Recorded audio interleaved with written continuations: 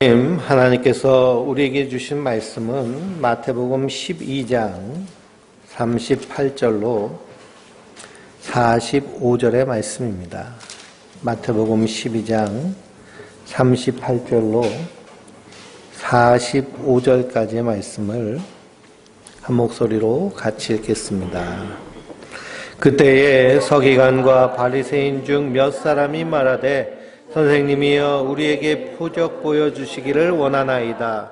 예수께서 대답하여 이르시되 악하고 음란한 세대가 표적을 구하나 선지자 요나의 표적밖에는 보일 표적이 없느니라. 요나가 밤낮 사흘 동안 큰 물고기 뱃속에 있었던 것 같이 인자도 밤낮 사흘 동안 땅속에 있으리라. 심판 때에 니느웨 사람들이 일어나 이 세대 사람을 정죄하리니 이는 그들이 요나의 전도를 듣고 회개하였은거니와 요나보다 더 큰 이가 여기 있으며 심판 때에 남방 여왕이 일어나 이 세대 사람을 정죄하였으니 이는 그가 솔로몬의 지혜로운 말을 들으려고 땅끝에서 왔음이거니와 솔로몬보다 더 큰 이가 여기 있느니라. 더러운 귀신이 사람에게서 나갔을 때에 물 없는 곳으로 다니며 쉬기를 구하되 쉴 곳을 얻지 못하고 이르되 내가 낳은 이래도 하고 와보니 그 집이 비어 청소되고 수리되었거늘 이에 가서 저보다 더 악한 귀신 7을 데리고 올라가서 거하니 그 사람의 나중 형편이 전보다 더욱 심하게 되느니라. 이 악한 세대가 또한 이렇게 되리라. 아멘. 마태복음 12장 38절에서 45절 말씀을 통해서 요나의 표적이라는 제목으로 함께 은혜를 나누도록 하겠습니다. 지난주에 성령을 모독하는 것은 사하심을 얻지 못한다. 예수님 말씀하셨습니다.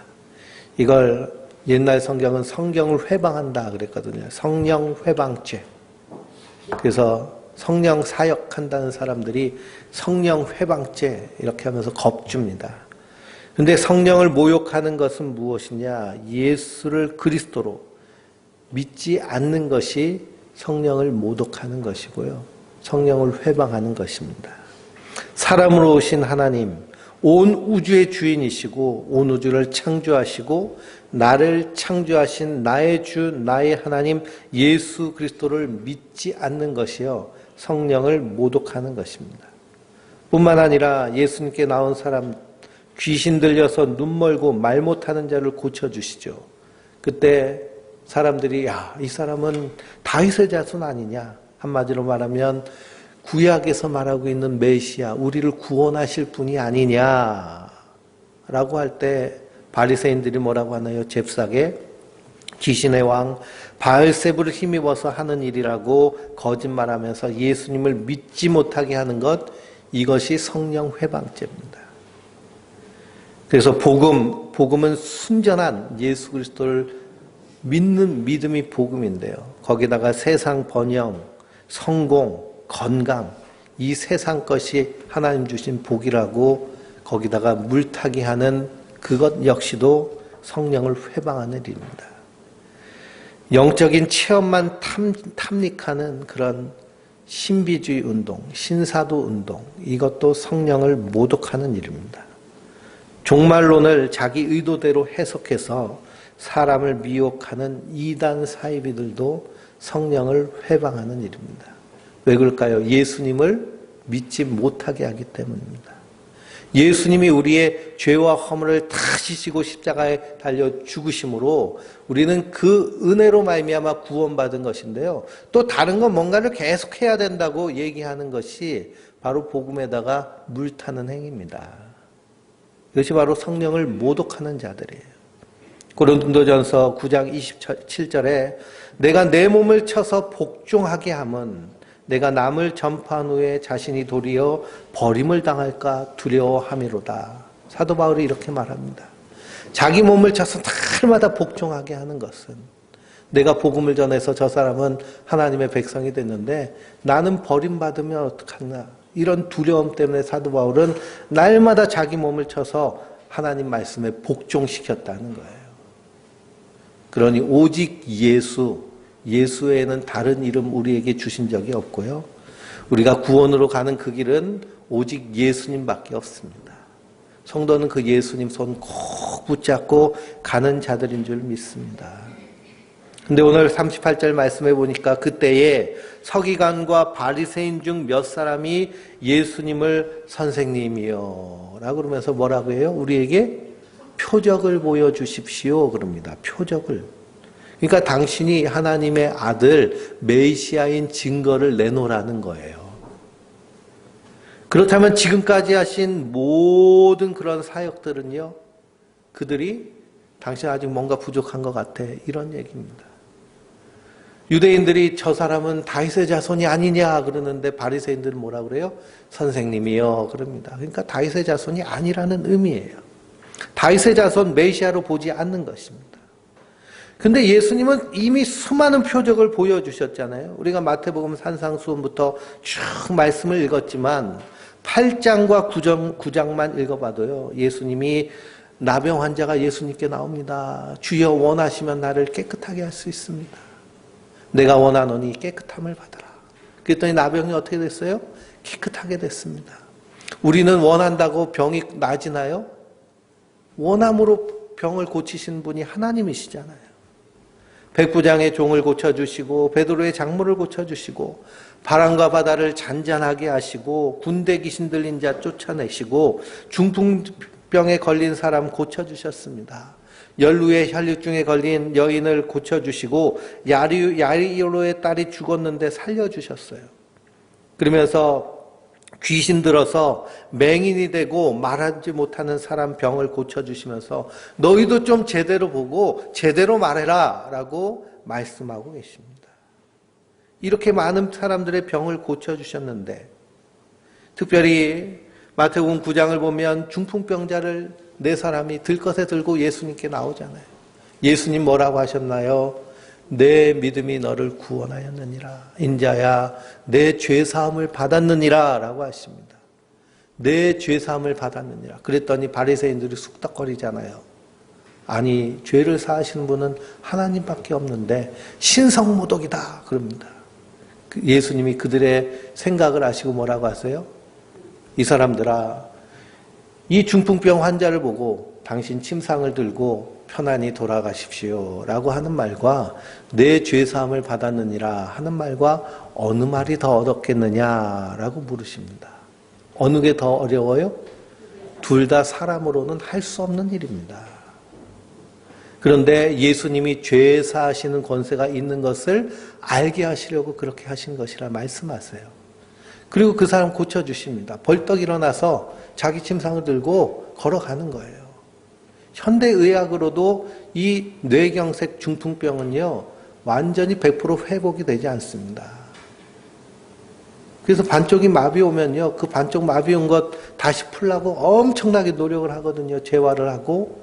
그래도 완전히 회복이 안 돼요. 근데 예수님 완전히 회복하셨습니다. 근데 생각해 보세요. 병이 고침을 받아도 이 사람은 결국 어떻게 돼요? 죽어요. 그러나 죄의 사함을 받으면 그 죄 사함은 언제까지 갈까요? 영원까지 가서 하나님 나라에 이르게 되는 줄 믿습니다. 이것이 참된 예수님의 표적이에요. 그런데 유대인, 이 바리새인들은 예수님께 와서 표적을 보여달라라고 합니다. 선생님 우리에게 표적을 보여주셔서. 우리는 당신 안 믿어 이런 얘기예요. 바리새인들은 어려서부터 율법을 얼마나 철저하게 지켰는지 모릅니다. 그렇기 때문에 자기들은 뭐가 없다고 생각해요? 죄가 없다고 생각해요. 그러니 죄를 용서해 주는 메시아가 필요할까요? 필요하지 않을까요? 필요하지가 않아요. 예수님이 병자를 고쳐주셨어요. 근데 바리새인들은 부자예요. 그렇기 때문에 영양 상태가 좋기 때문에 병 걸릴 일도 별로 없고 병 걸리면 어디 가요? 병원에 가면 돼요. 그러니 병 고쳐주는 예수님이 필요할까요? 필요하지 않을까요? 필요하지 않아요. 그렇지만 하는 기적들 보니까 뭔가 좀 특별한 것 같으니까 뭔가 자신에게 원하는 표적을 보여달라는 겁니다. 그러니 바리새인들이 원하는 메시아는 예수님이 아닌 거죠. 지금도 마찬가지입니다. 우리가 교회 나와서 신앙생활 하는데요. 다 예수님한테 원하고 바라는 것이 다 달라요. 그래서 큰 교회, 대형 교회는요, 이렇게 장사하시는 분들이 많이 다녀요. 그래서 저 명성교회가 명일동에 있는데요. 명일동에 있는 식당들은요, 다 거기 명성교회 간판 걸어 있고요.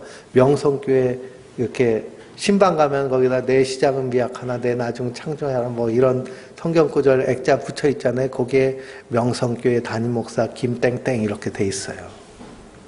명성교회 교인이라는 거죠.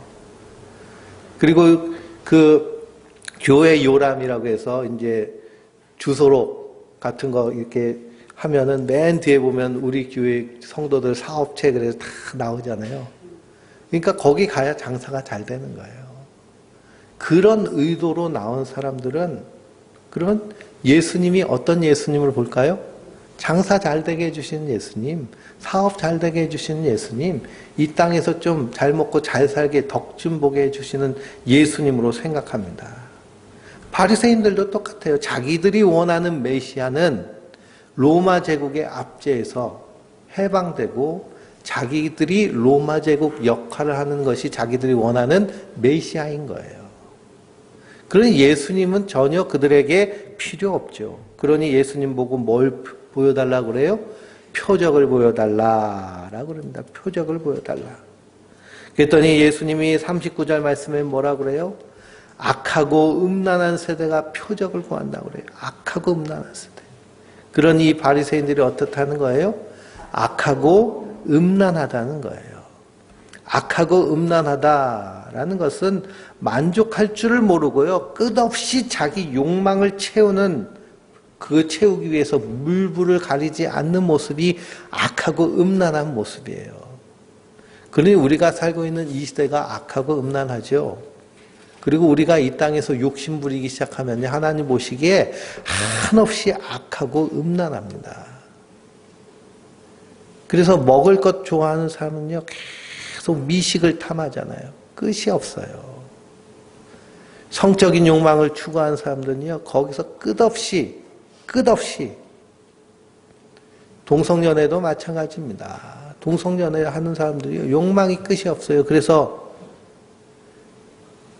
미국에서 이 동성연애가 문제가 된 이유가 뭐냐 하면은 자기들끼리만 그냥 조용히 하고 끝나면 되는데 그걸 자꾸만 요구해요. 너희도 이렇게 해야 된다.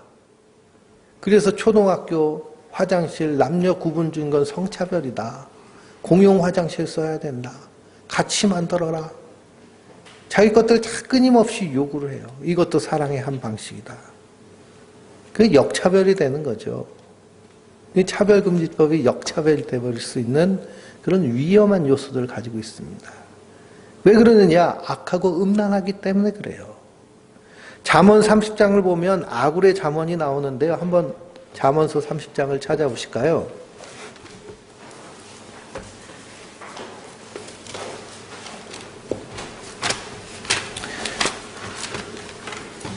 시편 뒤에 있는 것이 잠언입니다.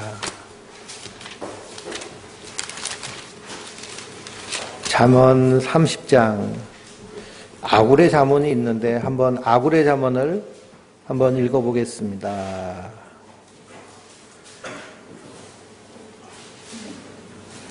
9절까지인데요. 1절부터 9절 천천히 읽어보겠습니다. 이 말씀은 야게의 아들 아굴의 잠언이니 그가 이디엘 곧 이디엘과 우갈에서 이른 것이니라. 나는 다른 사람들에게 비하면 짐승이라. 내게는 사람의 총명이 있지 아니하니라. 나는 지혜를 배우지 못하였고 또 거룩한 자를 아는 지식이 없거니와 하늘에 올라갔다 내려온 자가 누구인지 바람을 그 장중에 모으는 자가 누구인지 물을 옷에 싼 자가 누구인지 땅의 모든 끝을 정한 자가 누구인지 그 이름이 무엇인지 그 아들의 이름이 무엇인지 너는 아느냐. 하나님의 말씀은 다 순전하며 하나님은 그를 의지하는 자의 방패이시니라. 너는 그의 말씀에 더하지 말라. 그가 너를 책망하시겠고 너는 거짓말하는 자가 될까 두려우니라. 내가 두 가지를 주께 구하겠사오니 내가 죽기 전에 내게 거러자지 마시옵소서. 곧 헛된 것과 거짓말을 내게서 멀리하옵시며 나를 가난하게도 마옵시고 부하게도 마옵시고 오직 필요한 양식으로 나를 먹이시옵소서.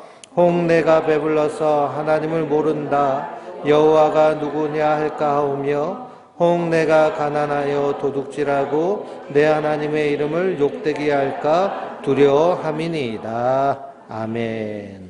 아굴이여, 자기는 사람에 비하면 짐승이고 총명이 없다고 그럽니다. 왜 그러냐? 지혜를 배우지 못했기 때문이래요. 그래서 잠언은 지혜의 성경이지, 말씀이죠. 잠언의 지혜는 꼭 인격체로 말하고 있습니다. 그 지혜는 누구를 말씀하고 있는 거예요? 예수님을 말씀하고 있는 거예요. 이 잠언에 나와 있는 지혜는 다 예수님이십니다. 그래서 4절에 하늘에 올라갔다 내려온 자가 누구인지, 바람을 장중에 모은 자, 물에 옷을 싼 자, 땅의 모든 끝을 정한 자, 그 이름이 무엇인지, 그의 아들의 이름이 무엇인지 너는 아느냐라고 말합니다. 이게 지혜라는 거예요. 그의 아들의 이름이 뭐예요? 예수 그리스도. 아느냐는 거예요. 그러면서 하나님의 말씀은 다 순전하며 하나님은 그를 의지하는 자의 방패시라고 말합니다. 그러면서 아굴이 두 가지 기도를 하잖아요. 첫 번째 기도는 뭐예요? 예? 가난하게도 마으시고 부하게도 마해달라고 이렇게 기도합니다. 배불러서 하나님 모르게 할까봐, 또 가난해서 도둑질해서 하나님 영광 가릴까봐. 그러니 성경의 하나님의 사람들은요, 이 땅에서 부를 추구하는 자들이 아니에요.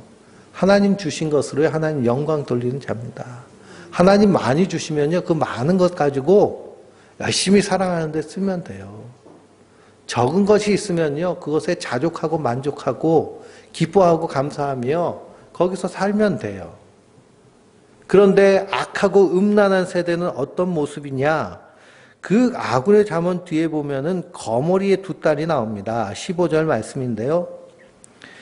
거머리에게는 두 딸이 있어 다오 다오 하느니라. 족한 줄을 알지 못하여 족하다 하지 아니한 것 서너시 있나니. 그랬습니다. 다오 다오 다오 다오. 누가요? 거머리의 두 딸이 만족하지 못하고요, 감사하지 못하고 계속 더 달라고 합니다. 이게 뭐예요? 악하고 음란한 모습이에요. 계속 끊임없이 감사가 없고 만족이 없고. 근데 하나님의 사람은 이 땅에서 하나님의 은혜로만 만족하는 자들인 줄 믿습니다.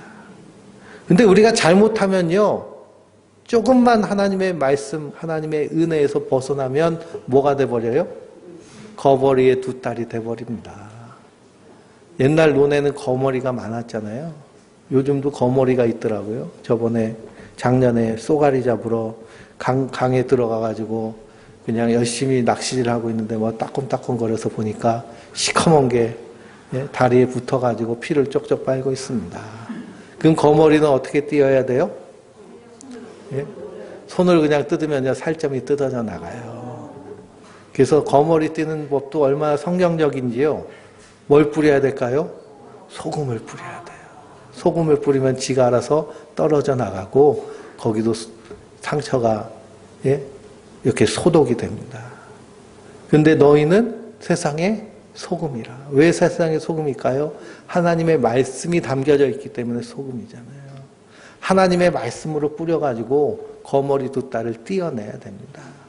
우리가 거머리가 되면 소금을 막 뿌려야 돼요. 말씀을 뿌려야 돼요. 그래서 절대로 거머리가 되면 안 되는 줄 믿습니다. 그래서 악하고 음란한 세대가 이 거머리 두 딸처럼 다오 하는 거예요. 그러니 내 안에 자꾸만 만족이 없고 불평만 나오고 이것도 필요하고 저것도 필요하고 그러면 어떻게 해요? 소금을 막 뿌리시기 바랍니다.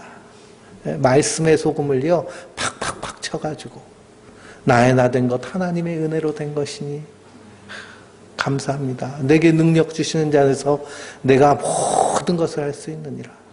사도 바울은 부할 때도 있었죠. 텐트 쳤는데요. 텐트 장사가 잘 되면은 그러면 돈 많이 벌잖아요. 고대 사회에는 여관, 호텔 그런 것이 마땅치 않아 가지고요. 큰 행사, 올림픽 같은 행사를 하면은 전 세계 귀족들이 그 올림픽 보려고 고린도에도 오고 로마도 가고 그러는데 에베소도 가고 그럼 거기 천막을 탁 쳐가지고 팔면은 장사가 아주 잘 됩니다. 그래서 그 에베소에서 그 아굴라 부부를 만나잖아요. 그렇죠? 그 만나게 된 이유도 둘이 직업이 같은데 만났어요. 거기 올림픽이 있었기 때문에요. 사도 바울이 돈 벌며 복음 전하려고 글로 간 겁니다.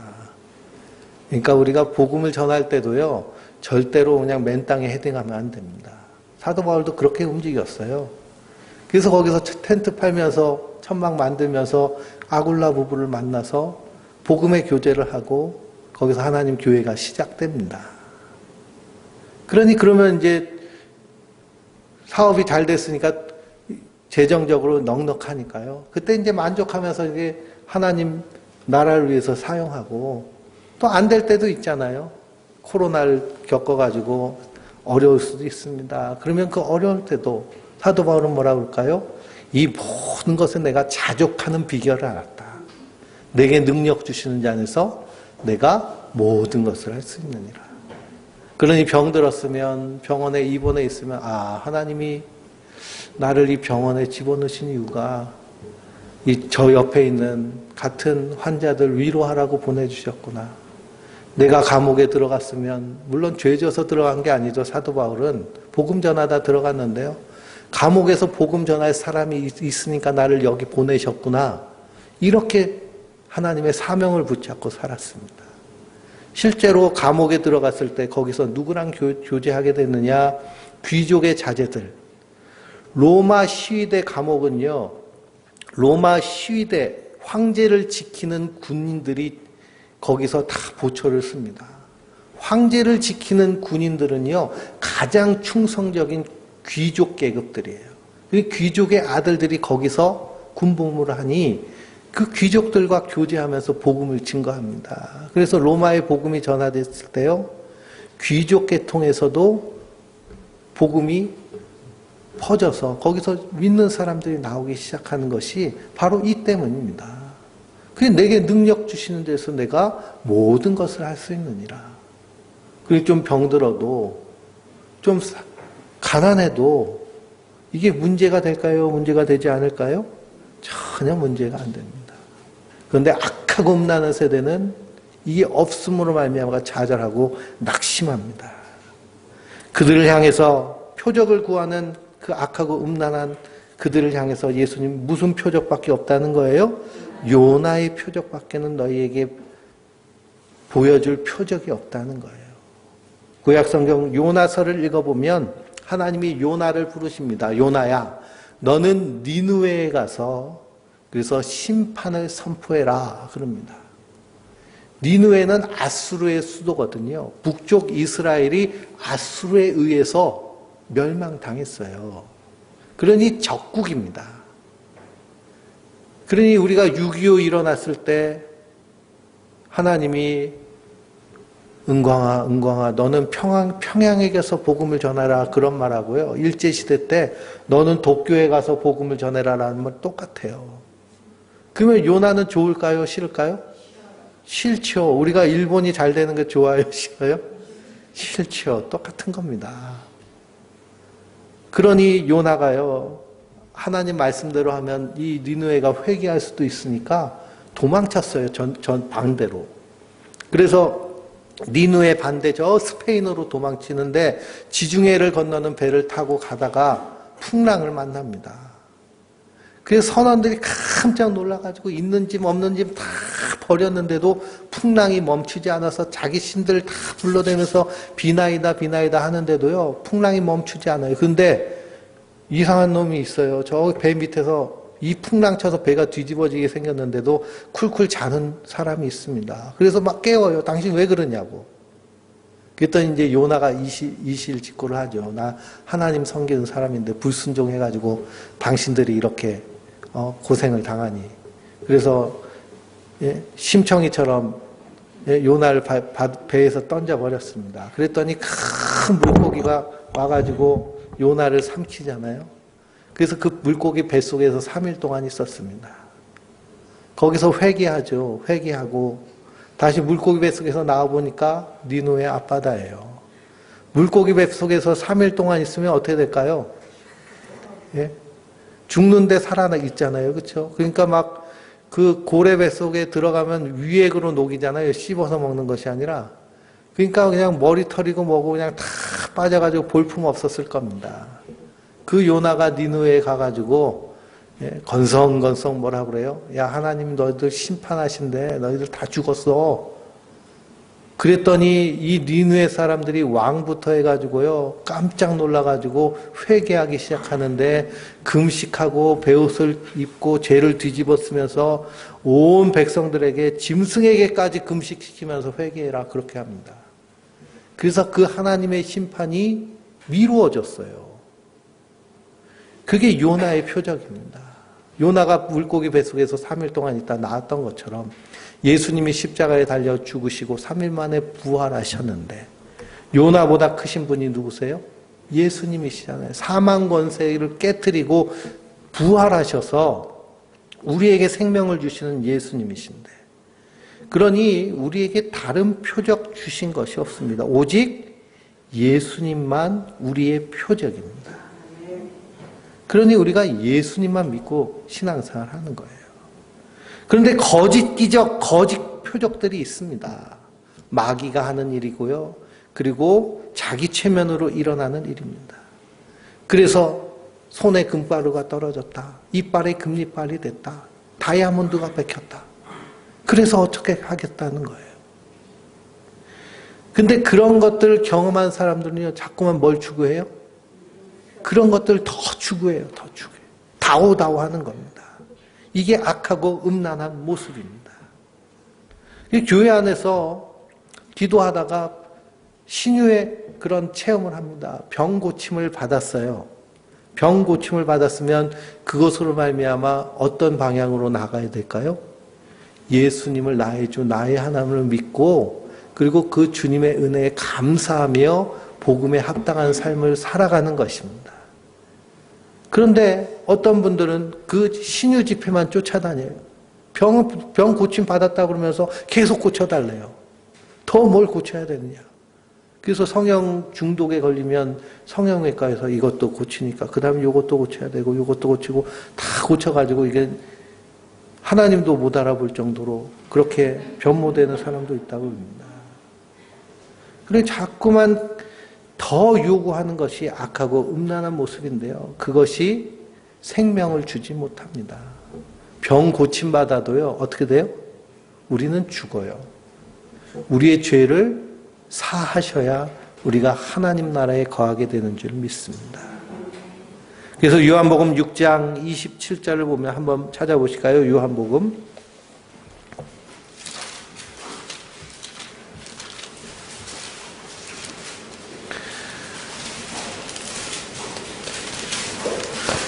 요한복음 6장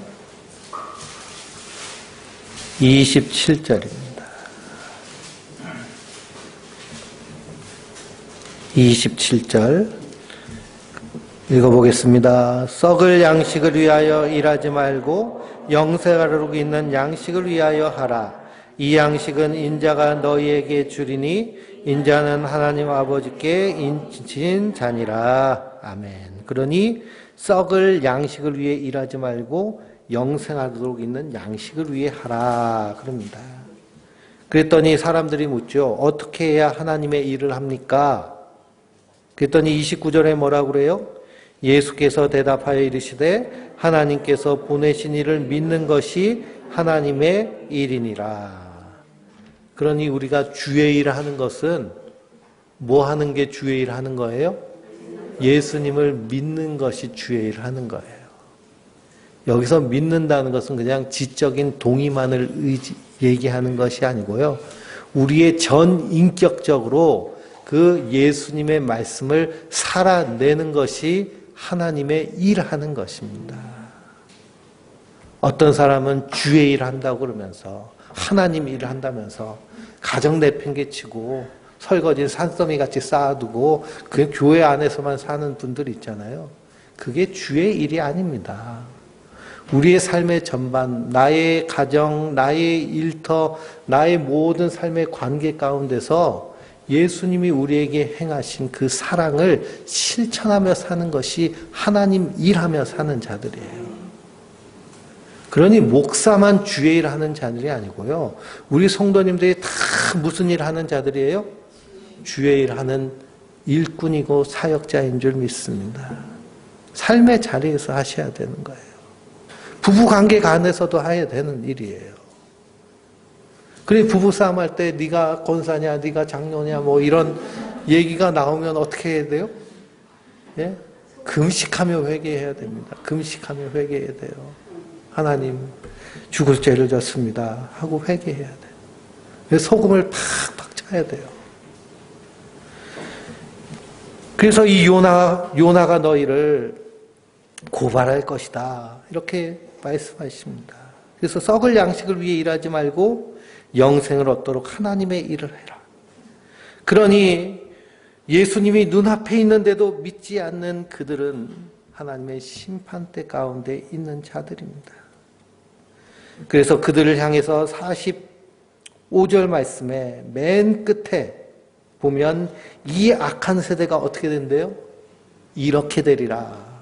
어떻게 되느냐? 43절 말씀에 더러운 귀신이 사람에게 나갔을 때에 물 없는 곳으로 다니며 쉬기를 구하되 쉴 곳이 없습니다. 그래서 내가 나온 집으로 다시 가볼까 했더니 어때요? 깨끗하게 청소됐는데 아무도 없어요. 그래서 자기 친구 7명 데리고 들어가서 이전보다 더 악하게 되었다. 바로 이 악한 세대, 악하고 음란한 자는 이 마귀가 더 진치고 그 사람을 완전히 노략질한다는 것을 말씀하십니다. 더러운 귀신이 사람에게서 나갔어요. 예수님이 쫓아내셨거나 안 그러면 제자들이 예수님의 이름으로 귀신을 쫓아냈습니다. 쫓겨난 마귀가요, 어디로 다녀요? 물 없는 곳으로 다니며 쉴 곳을 구합니다. 마귀는 어떤 데를 좋아해요? 물 없는 곳을 좋아해요. 마귀는 물 없는 곳을 좋아해서 거길 자기 집 삼습니다. 그러면 물 없는 곳이 어디냐? 성경의 물은 예수님 말씀을 의미합니다. 예수님 자신이 말씀이고요. 반석을 쳐서 나온 생수가 예수님을 의미해요. 누구든지 목마르거든 내게로 와서 마셔라. 나를 믿는 자는 성경의 이름과 같이 그 배에서 생수의 강이 흘러가리라. 물이 넘쳐요. 사마리아 여인이 한낮에 우물에 물 기르러 왔을 때 예수님이 네가 나에게 주는 물은 다시 목마르거니와 내가 너에게 주는 물은 영원히 목마르지 않도록 그 속에서 생명이 넘쳐나리라 하시잖아요. 그러니 예수님 자체가 물이고요. 예수님의 말씀이 물입니다. 그래서 우리가 우리의 영혼을 무엇으로 씻느냐 하면 말씀으로 씻어요. 우리가 하나님 말씀을 듣는다는 것은요, 나의 영혼을, 나의 심령을 씻는다는 것을 의미합니다. 우리가 아침 저녁으로 세수하고 이빨 닦고 손발 닦고 목욕하고 샤워도 하고 씻잖아요. 하나님 말씀으로 씻는 것이 그런 의미예요. 그래서 말씀으로 씻어 깨끗게 하고 라고 사도 바울은 말씀하고 있습니다. 귀신이 쫓아난 것은 예수님 말씀 때문이죠. 그래서 귀신이 거하는 것은 물 없는 곳을 찾아서 헤맵니다. 누가복음 16장에 보면 부자와 나사로의 비유를 예수님이 하시죠. 나사로는 어디 갔어요? 하나님 나라 갔습니다. 그리고 부자는 어디 갔어요? 지옥에 갔어요. 이 지옥에 떨어진 부자가 저 위에 하늘을 보니까 나사로가 아브라함의 위로를 받고 있습니다. 그 모습을 보고 아브라함이여 아브라함이여 아버지 아브라함이여 그러면서 뭐라고 그래요?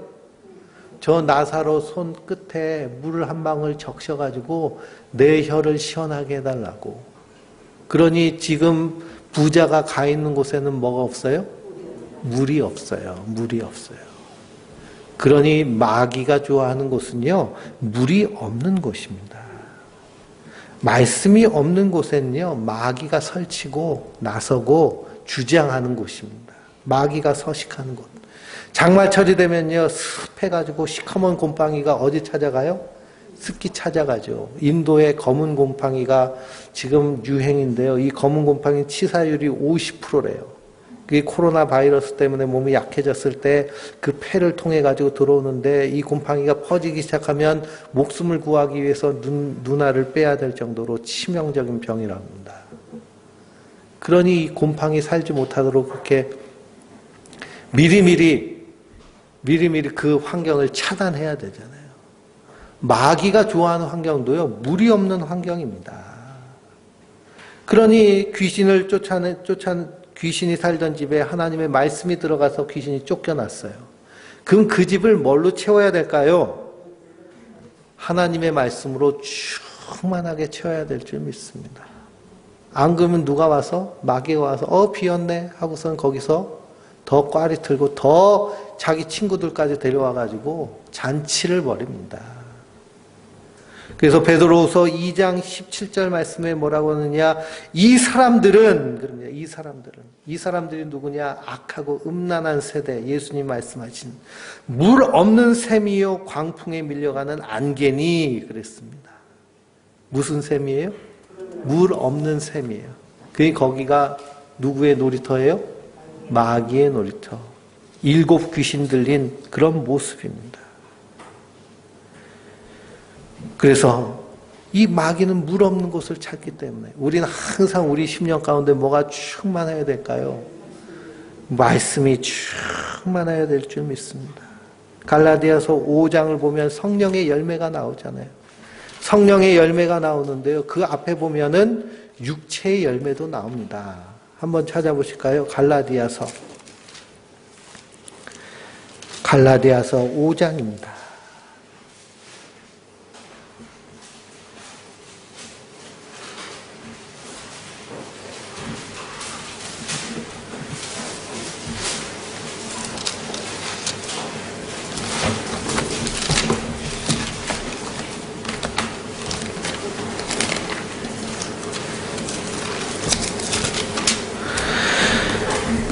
구절부터 읽어보겠습니다. 육체의 일은 분명하니 곧 음행과 더러운 것과 호색과 우상숭배와 주술과 원수 맺는 것과 분쟁과 시기와 분냄과 당짓는 것과 분열함과 이단과 수기와 술취함과 방탕과 또 그와 같은 것들이라. 전에 너희에게 경계한 것 같이 경계하노니 이런 일을 하는 자는 하나님 나라를 유업으로 받지 못할 것이요 그랬습니다.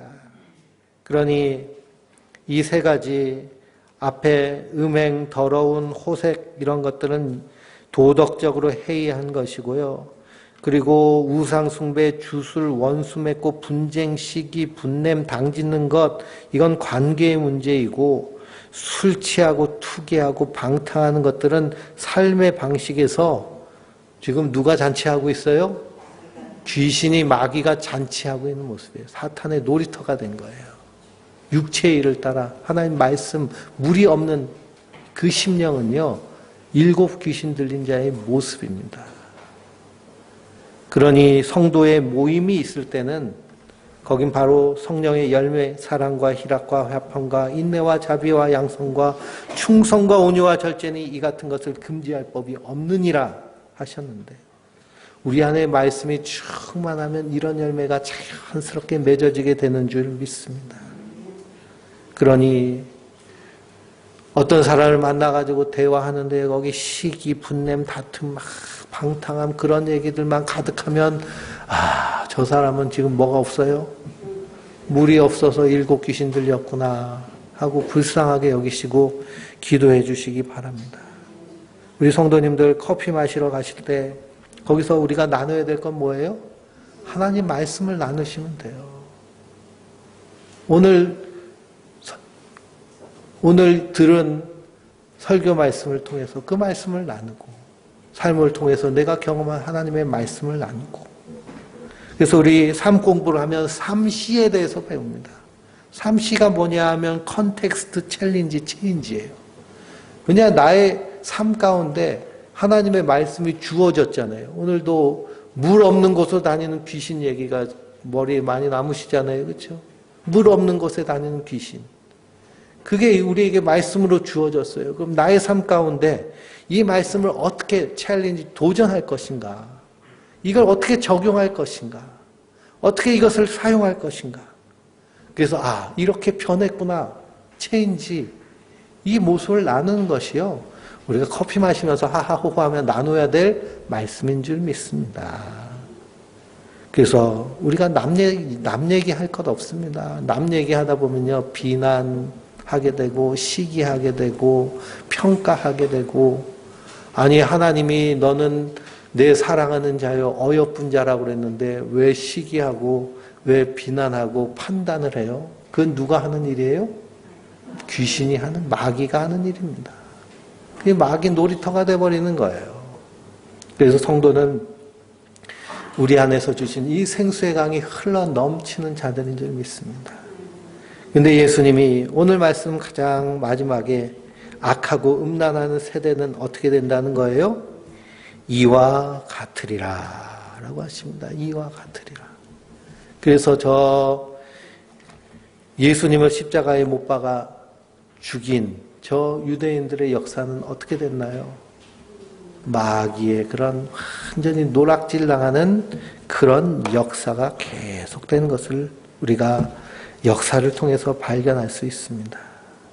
그러므로 성도는 이렇게 되는 자들이 아니라 그 하나님의 사랑으로 풍성하게 되는 자들인 줄 믿습니다. 그래서 내가 온 것은 양으로 생명을 주고 그 생명을 풍성하게 하려 합니다.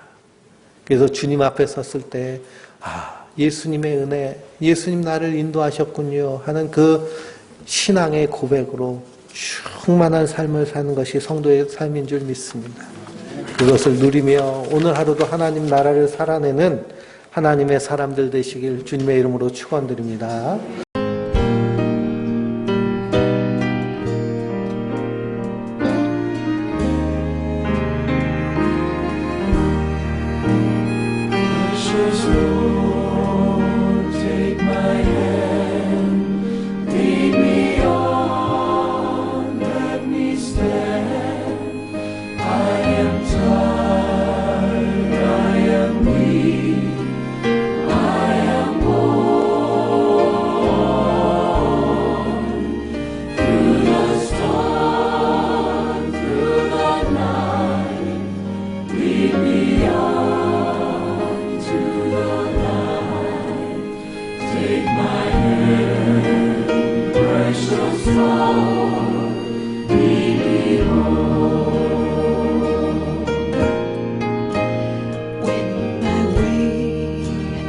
Rose dream, precious Lord, linger near when my life is almost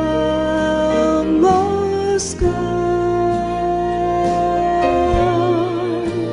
Hear my cry, hear my call, hold my hand lest I fall.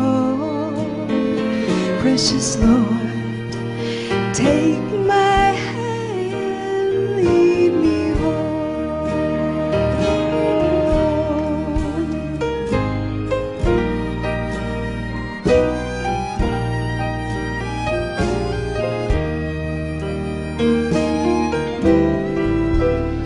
When the shadows appear and the night draws near and the days pass and gone, at the river I stand, guide my feet, hold my hand, take my hand, precious Lord.